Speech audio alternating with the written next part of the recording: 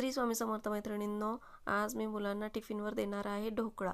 त्यासाठी मी घरीच तयार केलेले पीठ आहे, त्यापासून हा ढोकळा बनवला। आणि हे बघू शकता तुम्ही किती छान फ्लफी आणि स्पंजी ढोकळा तयार झालेला आहे। तो मी इडलीच्याच पात्रात बनवते आणि नंतर त्याचे कट करून देते। बाहेर मार्केटच्या पिठापेक्षा आपण घरी केलेलं पीठ हे कधीही चांगलं, म्हणून मी घरीच डाळ आणि तांदूळ स्वच्छ धुवून घेते आणि ते वाळवून छान गिरणीवरून दळून आणते। तेच मी प्रीमिक्स 2-3 महिन्यासाठी बनवून ठेवते आणि फ्रीजमध्ये ठेवलं की त्याचं टेन्शन नसतं, म्हणजे मुलांनी कधीही फरमाईश केली तर ते आपल्याला करता येतं। इडली वगैरे तर मी भिजवूनच करते, पण ढोकळा हा मुलांना आवडतो म्हणून हा वेळेनुसार केव्हाही करता यावा म्हणून याच्यासाठी मी प्रीमिक्स बनवून ठेवते।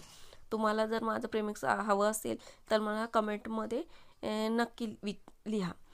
आणि नंतर मी किचन ओटा वगैरे भांडेकुंडे आवरून घेतले आणि नंतर म्हटलं दीदीचं आता तयारी करू घरातले बाकीचे काम।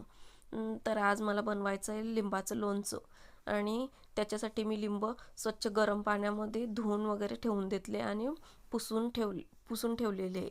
हे बघा किती छान पिवळे लिंब आहे। त्याचा मी आज छान क्रशचं लोणचं बनवणार आहेत। आणि नंतर हे माझ्याकडे पेटीकोट आले होते टिपा टाकण्यासाठी आणि छोटे करण्यासाठी।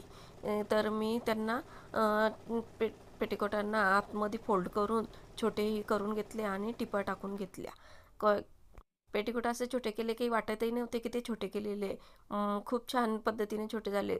तुम्हाला जर माझी पद्धत आवडली असेल तर लाईक करा आणि सबस्क्राईब करा आपल्या चॅनलला। हे बघा इतके मी पेटीकोटांना आज टिपा वगैरे टाकून घेतल्या। तसंच मी आज सतरंजा वगैरे बनवून घेतलेल्या आहे।